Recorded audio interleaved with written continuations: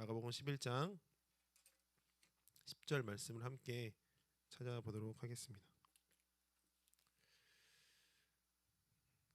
태훈 형제 이따 예배 끝나고 같이 함께 저랑 교제를 하면 좋을 것 같습니다. 마가복음 11장 10절 말씀, 짧은 한 절의 말씀이니까요 우리 함께 읽도록 하겠습니다. 다 찾으셨나요? 함께 읽겠습니다. 시작. 찬송하리로다. 오는 우리 조상 다윗의 나라여 가장 높은 곳에서 호산나 하더라. 아멘. 할렐루야. 하나님이 사랑하시는 생명수임교회 청년 여러분, 지난 한 주간도 주님 안에서 승리하셨습니까? 아멘. 언제나 승리하는 저와 여러분 되시기를 주님의 이름으로 축복합니다. 할렐루야. 사실 오늘 제가 이제 설교를 너무 길게 준비를 했어요. 오늘 중요한 설교이기 때문에 길게 준비했는데 여러분의 지금 이제 표정과 상황들과 우리의 피곤함, 그리고 또 앞으로 준비해야 될 많은 것들이 있기 때문에 간략하게 함께 이것들을 살펴보고 은혜를 나누길 원합니다. 마가복음은요, 제가 계속해서 이 마가복음에 대한 설교를 하고 있는데 하나님의 아들 예수 그리스도의 복음이 시작되었다라는 말씀으로 시작된 이 마가복음은요, 그분의 왕대심에 초점을 맞춰서 어떻게 해요? 십자가를 향해 어떻게 가고 있다? 제가 뭐라고 그랬어요? 노바꾸. 십자가를 향해 뒤돌아보는 게 아니라 노바꾸로 향해 그냥 가고 있다. 십자가를 향해 가고 있다라고 말씀드렸습니다. 그러면서 예수 그리스도의 관점이 세상의 관점과는 다른 모습을 보여주고, 그들을 아무리 가르치고 그들을 훈련시키고 그들에게 많은 믿음의 메시지를, 기적들을 보여주시지만 세상은요, 예수 그리스도의 그 관점과는 전혀 다른 간극들을 보이며 평행선을 이루는 것처럼 보이는 그러한 복음서가 이 마가복음이라는 겁니다. 그러면서 이제 예수님은요, 그러한 평행선을 그리는 것들 가운데 누구도 포함됐냐? 예수님과 반대되어서 세상의 관점으로 살아가는 이들이 누구인가 봤더니요, 군중들과 바리새인들, 사두개인들과 서기관들뿐만이 아니라 누구까지? 제자들도 계속해서 그러한 모습을 보이고 있는 것을 말하고 있는 것이죠. 특별히 제자들에게 예수님은요, 십자가의 수단에 대해 3번이나 가르쳐 주셨어요. 이제 내가 가서 십자가에서 죽을 것이다. 3번이나 그들에게 직접적으로 언급하시고 가르치셨습니다. 그러나 여전히 그들은 깨닫지 못하고 무지하였고 자신의 위치에 대한 욕심을 드러내면서 어떻게 말해요? 하나님의 보좌 우편에 좌편에 앉겠다, 혹은 누가 더 먼저 되는지 그것들에 대해서 관심을 갖는 그러한 무지함을 보여주고 있는 것이죠. 그러나 여기에서 소망이 있는 것은 무엇이냐면 이들의 무지함이 그냥 거기에서 그치지 않는다는 겁니다. 결국에는 이 제자들이요, 예수 그리스도의 십자가의 사건들과 부활을 경험하면서 성령을 받게 되고, 이 성령 받음으로 말미암아 어떻게 돼요? 그들이 정말 진정한 제자로서 예수 그리스도의 복음을 증거하는 증거자로서 삶을 살아내더라는 겁니다. 우리는요, 많은 설교를 듣고 많은 말씀을 듣고 많은 오랜 시간 동안 신앙생활을 하면서 기독교인이라고, 그리스도인이라고 삶을 살아냈습니다. 그런데 여전히 우리의 삶은 어떻습니까? 여전히 죄악 가운데 거하였고 우리의 욕심과 우리의 의를 따라 살아가는 모습들이 여전히 있으며 연약하고 부족한 모습들이 내 안에 너무나 많다는 겁니다. 제가 예전에도 한 번 더 이야기했어요. 제가 목사가 됐을 때, 목사가 되면 완전 거룩한 줄 알았습니다. 이제 다 되는 줄 알았어요. 이제 나는 목사가 됐으니까 나는 완전히 거룩하게 삶을 살겠구나 했는데, 이건 웬걸? 더 큰 유혹들, 더 많은 유혹들이 제 앞에 놓여져 있다는 겁니다. 근데 제자들이 무슨 소망이 된다고요? 그럼에도 불구하고 늘 예수 그리스도께 붙어있는 자들이 결국에는 그로 말미암아 많은 열매를 맺는, 성령의 열매를 맺는 삶으로 나아갔다는 것이 우리 가운데 소망이 되는 줄 믿습니다. 할렐루야. 할렐루야. 그래서요, 이 간극, 예수 그리스도의 관점과 세상의 관점, 예수 그리스도의 나라와 세상의 나라가 그 간극을 보이는데, 최고로 그 간극이 벌어졌던 장면이요, 오늘 본문에 나오는 그러한 장면인 겁니다. 이 본문이 얼마나 중요한지 사복음서에 모두 다 등장하면서, 그래서 이제 예수 그리스도의 십자가를 향해 나아가시는, 저와 다른 국면을 맞는다는 그런 모습들을 보여주는 이 장면이 바로 오늘 중요한 본문의 말씀이라는 것이죠. 오늘 우리는 그 간극을 살펴보면서 그 간극을 우리의 삶 가운데 다시 한 번 더 살펴봐 좁혀가는, 예수 그리스도와 붙어있는, 예수 그리스도를 향해 나아가는 우리의 이 시간 되기를 주님의 이름으로 축복합니다. 할렐루야. 먼저 이것을 봤을 때 무엇을 살펴봐야 하는가? 우리는요, 성경을 봤을 때 여러 가지의 다각도로 면에서 이 성경을 살펴봐야 될 필요가 있습니다. 그죠? 성경에서 중점적으로 말하는 것이 무엇인지, 그 당시의 배경이 어떠한지, 그 당시 시대적으로 종교적인 역할들 혹은 그 당시에 그 지역에 어떤 문화를 삶을 살았는지를 다 살펴봤을 때 우리는 더 풍성하게 말씀을 누릴 수 있다라고 제가 여러 번 언급해 드렸습니다. 근데 우리가 오늘 살펴볼 그런 장면은요, 어떤 거냐면 먼저 지역적인 의미, 예수 그리스도의 이동 경로를 살펴볼 필요가 있다는 겁니다. 제가 처음에도 이야기했지만 마가복음은 노박구라고 이야기했잖아요. 그죠? 십자가를 향해 직접적으로 다이렉트로 나아간다. 그런데요, 요한복음에서는 계속해서 갈릴리와 예루살렘을 왔다 갔다 하는 모습들을 보여주고 있는 것이죠. 그것은 무엇입니까? 각 저자마다 그 안에 담겨져 있는 의미가 있기 때문에 예수 그리스도의 그 이동 경로를 살펴볼 필요가 있다 없다? 있다 없다? 있다는 거죠. 있다는 거죠. 그럼 예수님께서 오늘 이 예루살렘에 입성할 때 어떠한 이동 경로를 통해 나아갔는가 보니까요, 바로 직전에 우리가 얼마 전에 살펴봤던 거지 바디메오와 만나는 장면이 나오는데, 거기에 보니까 46절 10장 46절에 보니까 뭐라고 말하고 있어요? 그들이 여리고에 이르렀더니 말하고 있습니다. 그러니까 여리고에서 시작하여서 예수님이 예루살렘으로 가는 모습, 마가복음은 이것을 보여주고 있는 거예요. 왜요? 여리고는요, 우리가 잘 아는 바와 같이 여호수아가 전쟁도 하지 않고 그 성을 7바퀴 7일 동안 돌고 마지막 날에는 7바퀴 돌아서 어떻게 해요? 성취한 땅이었습니다. 다시 말해 가나안의 첫 성으로서 이 견고한성이 하나님의 놀라운 능력으로 차지했던 그 땅이었어요. 이것이 바로 여리고. 그런데 이 견고한 여리고는요, 지구상에서 그 위치가 어떠하냐면 고도가 가장 낮은 도시 중에 하나입니다. 해수면보다 무려 250m가 낮은 곳이 바로 이 여리고예요. 그런데 이 여리고에서 불과 15km 떨어진 곳에 있는 이 예루살렘은요, 어떤지 아십니까? 해수면으로부터 900m가 넘는, 그러니까는 해수면부터 250m가 낮은 여리고에서 900m가 높은 예루살렘으로 가는 것은요, 아주 굉장히 높이 올라가는 것처럼 느껴지더라는 겁니다. 이해되시죠? 이해되시죠? 무덥고 건조한 사막지대를 지나 이 예루살렘을 올라갈 때는요, 어느 순간 어떻게 해요? 기후가 변하고 풍경이 변하고 하는 거예요. 이 올리브산 꼭대기까지 나아가는 그 길이 있는데, 거기에는요 어느 순간 갑자기 채소밭이 등장하고 또 예루살렘의 영광스러운 그 광경들을 사람들이 목도하더라는 겁니다. 그 길은요, 유월절과 같은 절기 때마다 남쪽 갈릴리에서 오는 이 유대인들이 어떠한 심정으로 오겠습니까? 이 순례자들이요, 굉장히 흥분된 마음을 가지고, 아, 이 예루살렘의 영광을 보는구나, 하나님의 성전이 있는 그 예루살렘을 향해, 높이 있는 그 땅을 향해 나아갈 때마다 이들이 엄청난 감격을 가지고 나아가는 그곳이 바로 이 예루살렘이었다는 겁니다. 그런데 여리고에서 올라가는 그 길, 가장 낮은 곳에서 가장 높은 곳으로 올라가는 그 길을 이 마가복음의 저자는 보여주고 있는 것이죠. 그러면 이 예루살렘은 어떠한 곳입니까? 예루살렘은요, 12지파에 속한 가나안의 정복을 얻은 땅이 아니라요, 다윗이 사무엘하 5장에 보면 시온을 빼앗아 얻은 성읍이 바로 이 다윗성이라고 말하는 이곳이 바로 이 예루살렘입니다. 그래서 이 다윗이 이것을 취함으로써 왕권을 강화하고 유다와 예루살렘의 온 통치자, 이스라엘의 통치자가 되는 것으로 보여지고 있는데, 거기에 솔로몬이 어떤 것을 지어요? 하나님의 성전을 지음으로써 이 예루살렘이 주는 의미가 굉장히 크더라는 것이죠.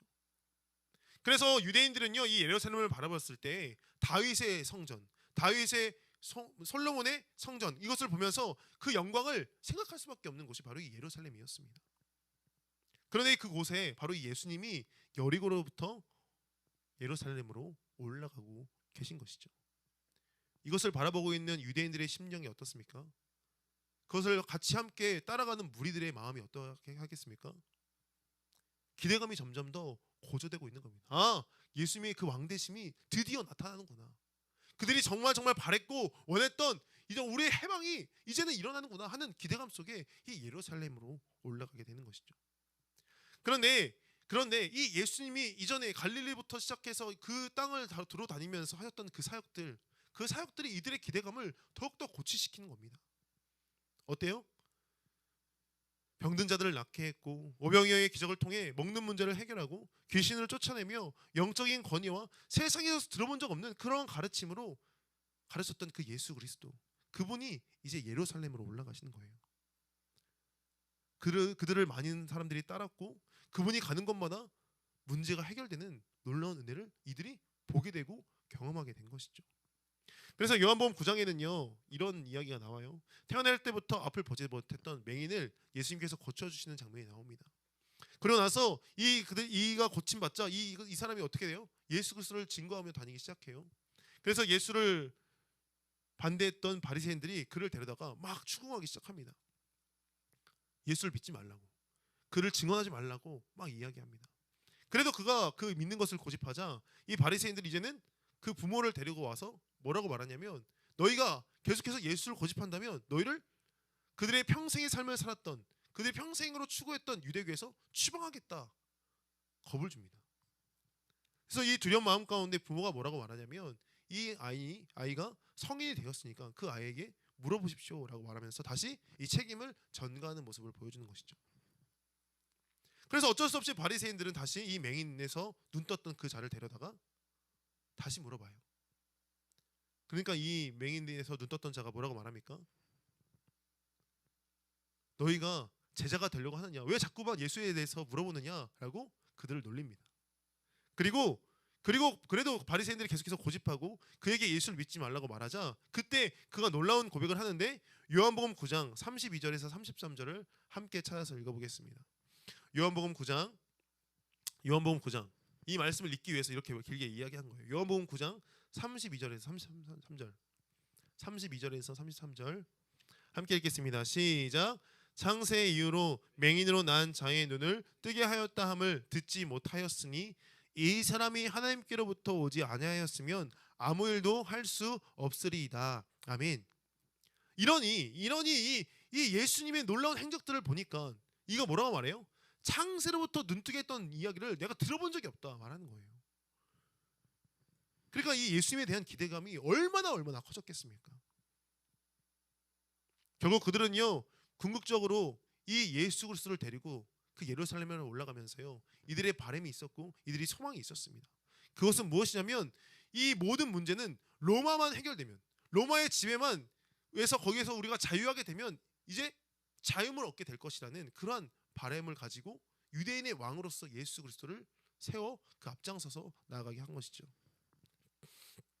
그래서 제자들마저도요 예수님을 그러한 구주로 생각하셨기 때문에 계속 아까도 이야기했지만 좌편에 혹은 우편에 앉게 해달라는 그러한 요청을 한 것입니다.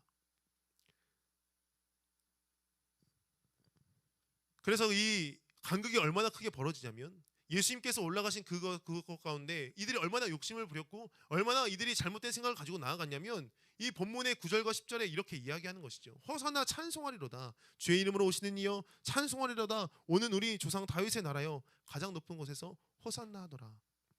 이들의 고백은요 사실 옳은 고백이었고 예수 그리스도의 옳은 지칭이었지만 그들의 마음 가운데 어떠한 마음이 있었습니까? 자신들의 욕심과 자신들의 이기심과 자신들의 나라를 세우고자 하는 그런 마음이 가득했던 모습을 보여주고 있는 겁니다. 바로 앞장에 거지 바디메오도 알고 있는 그 사실, 그들이 얼마나 기대했는지 겉옷을 벗어 길에 펴며 나뭇가지를 흔들면서 예수 그리스도께서 이 땅 가운데 오셔서 로마를 이기시고 우리를 자유하게 하시며 우리의 모든 먹는 문제들과 모든 삶의 문제들과 모든 질병들을 고쳐주는 그러한 문제, 그런 해결, 그것이 결국에는 어떠한 거예요? 자기 자신에 대한 그러한 욕심으로 비롯된 것이었던 것이죠. 종려나무 가지를 흔들며 나오는 것은요 마치 개선장군이 입성하는 모습을 보여주며 왕으로 세워지는 모습을 형성해야 했다는 것을 보여줍니다.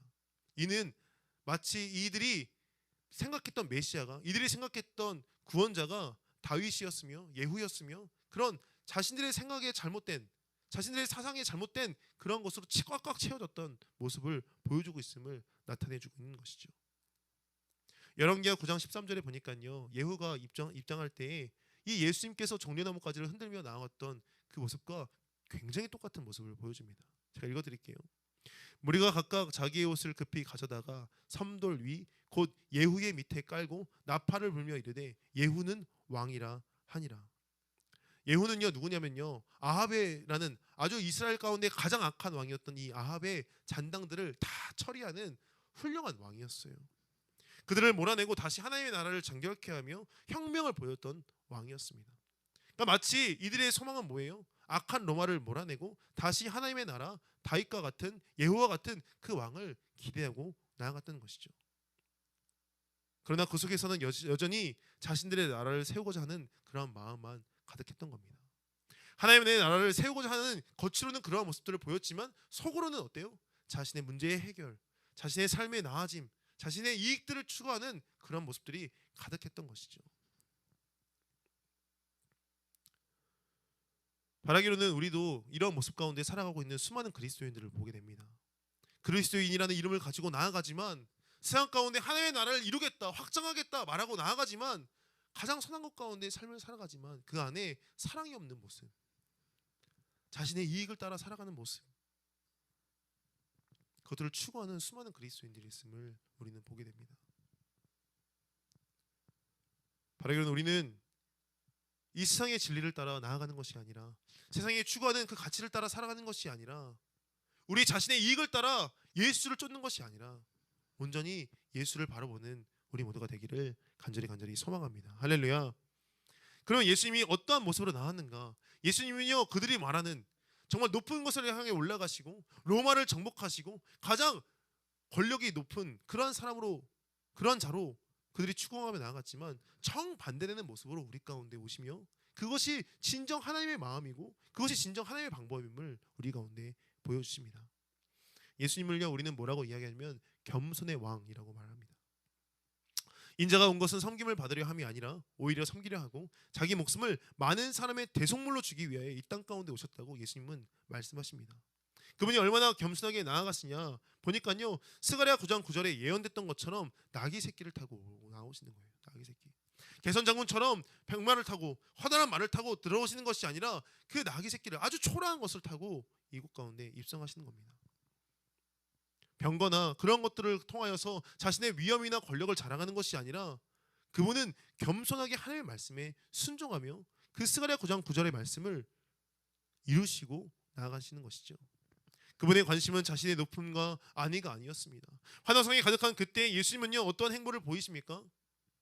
이 호산나 다윗의 왕이여라는 그 막 환호성이 있는 그때 예수님은 어떠한 모습을 보여주세요? 그 성전을 향해 예루살렘을 향해 나아가시더니 11절에 보니까 이렇게 말합니다. 예수께서 예루살렘에 이르러 성전에 들어가서 모든 것을 둘러보시는 것으로 그 하루가 마무리돼요. 이게 뭐예요? 그 다음날 어떤 일이 있어요? 성전을 정화하는 사건, 성전 정화 사건 있잖아요. 예수님의 관점은요, 사람들이 환호성 지르는, 사람들이 그 소리 가운데 집중하는 것이 아니라 그 권력에 취한 것이 아니라 어떻게 해요? 하나님께서 허락하신 사명들, 하나님께서 허락하신 그 맡겨진 그 일들을 집중하며 나아갔던 것을 보여주고 있는 것이죠. 바라기로는 예수 그리스도와 함께 낮은 곳을 향해 나아가는 우리 모두가 되기를 간절히 소망합니다. 더욱더 낮은 곳 가운데 더욱더 겸손하게 바로 서는 우리 모두가 되기를 간절히 소망합니다. 세상의 높음과 세상의 자랑과 세상의 그것들에 시선을 두는 것이 아니라 하나님께서 우리 가운데 허락하신 그 사명에 집중하며 나아가는 우리 모두가 되어야 할 줄 믿습니다. 여기서 예수님의 겸손은요, 끝나지 않습니다. 우리가 잘 아는 바와 같이 예수님께서 이 땅 가운데 처음 오셨을 때 그분이 어디에서 태어나셨습니까? 그 부모가 집을 찾다가 찾을 수 없어 결국에는 마구간에 들어가셨고, 그분이 처음에 마을 구유에서, 좋게 말해서 마을 구유지 쉽게 말해서 마을 밥통에서 더럽고 정말 청결하지 못한 그런 환경 가운데 태어나신 건 아니겠습니까? 심지어 예수님의 집안도요, 그렇게 좋지 못한 평판을 받습니다. 목수의 아들로 태어나서요, 자기의 고향으로 갔을 때 그가 목수의 아들이 아니냐 무시당하고 예수를 배척하여서 결국에는 고향에서 떠나가는 모습도 우리는 성경을 통해 보고 있습니다. 그런데요, 그들이 배척했을 때 뭐라고 말씀하시는지 아십니까? 그들이 예수 그리스도를 목수의 아들이라고 막 놀리면서 뭐라고 말하는지 아세요? 이 사람이 이 지혜와 능력이 어디에서 나느냐 말해줘요.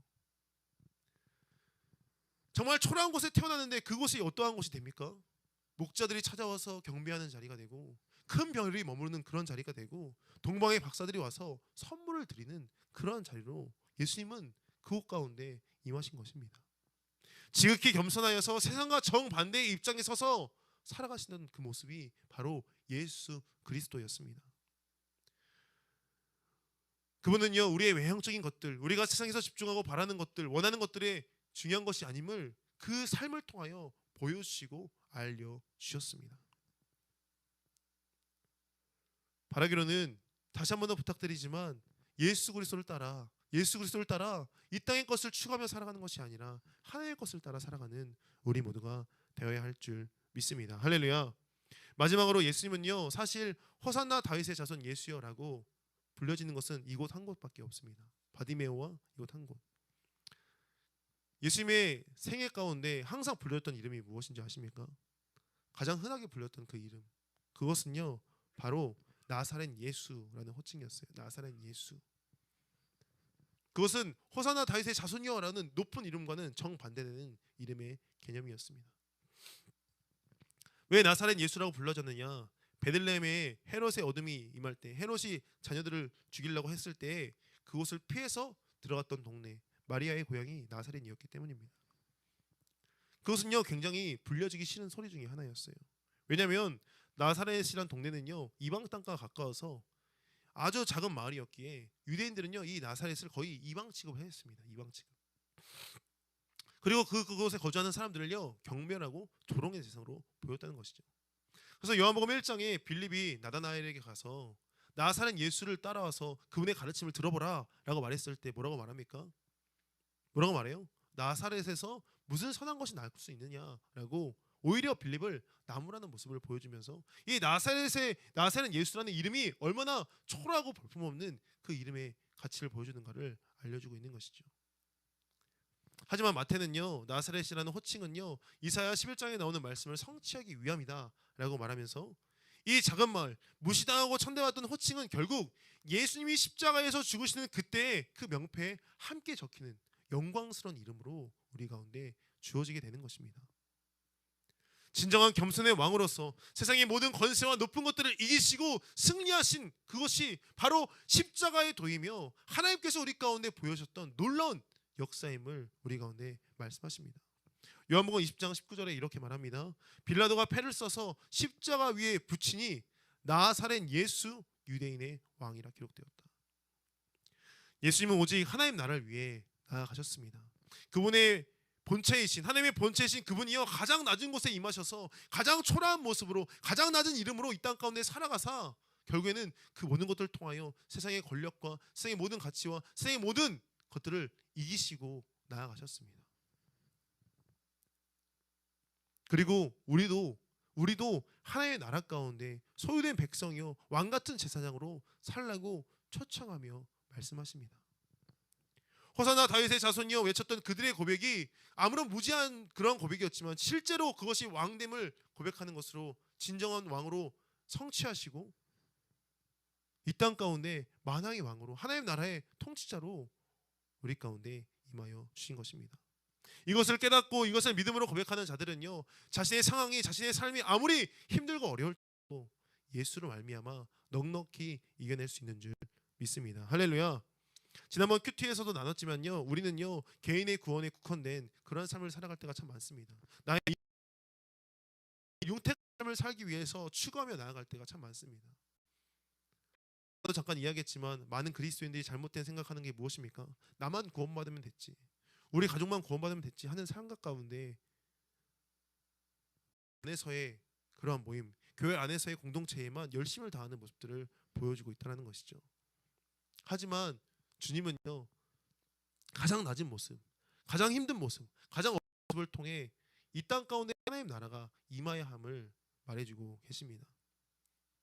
그래서 나 혼자 받는 구원의 기쁨보다 모두가 함께 그리고 공동체가 함께 구원을 받는 그러한 기쁨을 누려야 한다고 말씀하고 또 말씀하십니다. 사랑하는 생명수임교회 청년 여러분, 바라기는 이 땅 가운데 살아갈 때 하나님 나라를 이루며 살아가는 저와 여러분 되시기를 주님의 이름으로 축복합니다.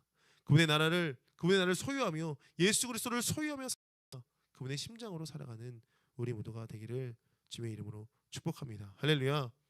주님의 나라가 이 땅 가운데 임할 때, 주님의 나라가 우리의 삶 가운데 임할 때 그 놀라운 기쁨으로 충만한 저와 여러분의 삶이 되시기를 주님의 이름으로 축복합니다.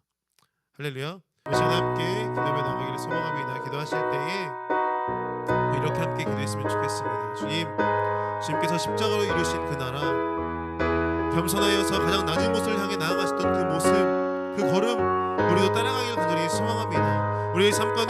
나라가 이루어지길 간절히 원합니다. 어느 날에 이루어지는 것이 아니라 오늘 이 시간 이곳 가운데 임하여서 아버지 우리의 나라 가운데 주의 그 나라 가운데 주의 왕 대신 그 통치하심 아래 살아가기를 간절히 소망합니다. 우리의 생각과 세상의 가치와 세상의 진리를 따라 살아가는 것이 아닌 하나님의 뜻을 따라 나아가기를 간절히 소망하오니 주여 축복하여 주시옵시고 인도하여 주시옵시고 충만케 하여 주시옵소서라고 간절한 마음 가지고 함께 기도하며 나가도록 하겠습니다. 기도하시겠습니다. 사랑해 주시니 감사합니다. 주님께서 우리 가운데 은혜를 허락하여 주시어서 아버지 우리 마음 위에 소망하는 것은 하나님 주의 나라를 소유하며 나라를 간절히 소망합니다. 아버지의 백성된 자로 이 땅 가운데 서 있기를 간절히 원합니다. 아버지 정말 세상 권세 아버지 공중의 권세 잡은 사람 마귀에 우리가 흔들리지 않게 하여 주시옵시고 아버지 세상의 가치와 세상의 추구하는 그 진리를 가운데 우리가 그것들을 따라 살아가지 않도록 아버지 우리를 붙들어 주시옵시고 인도하여 주시옵소서. 하나님 전 세상은 더욱더 높은 것이 더 많은 권력들이 더 많은 명예가 세상에 추구하는 모든 피가 아버지 더욱더 좋다고 이야기합니다. 아버지 그것들을 수많은 사람들이 쫓아가며 아버지 경쟁하고 시기하고 질투하고 아버지 자신의 결국에는 자신의 것을 위하며 자신의 이익들을 따라 살아갈 때가 너무나 많습니다. 주여 아버지 우리의 걸음들을 멈추게 하여 주시옵소서. 세상에 나아가는 우리의 걸음들이 멈춰지게 하여 주시옵소서. 오늘 주님께서 가장 낮은 것으로 가장 비천한 것으로 가장 정말 연약한 것으로 승리가 하였음을 아버지 보여주셨사오니 십자가의 도를 증거케 하여 주시옵시고 십자가의 그 지혜로 말미암아 우리가 충만케 하여 주시옵소서.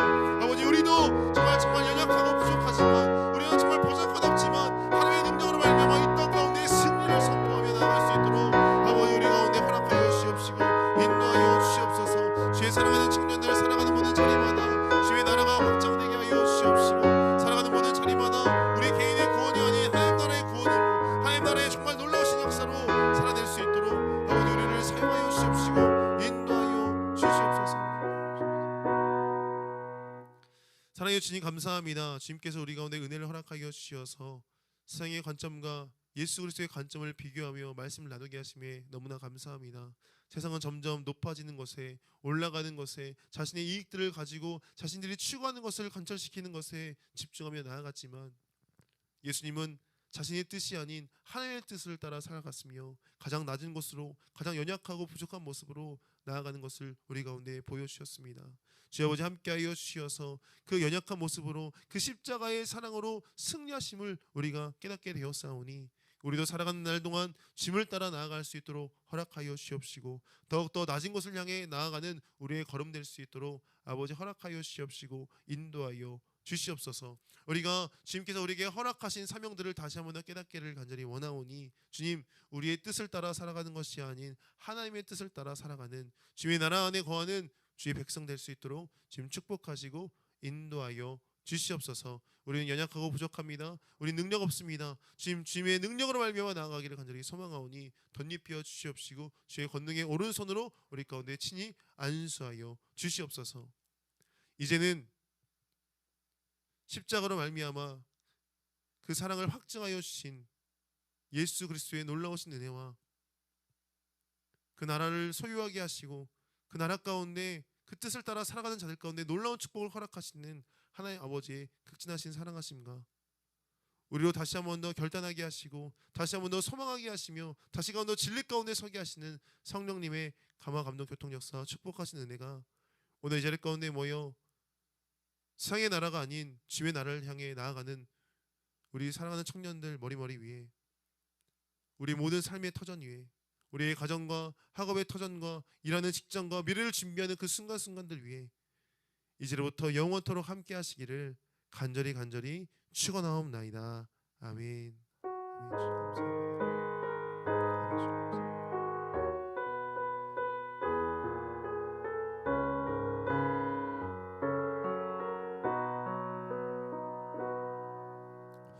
하나님께 영광의 박수 올리도록 하겠습니다. 감사합니다.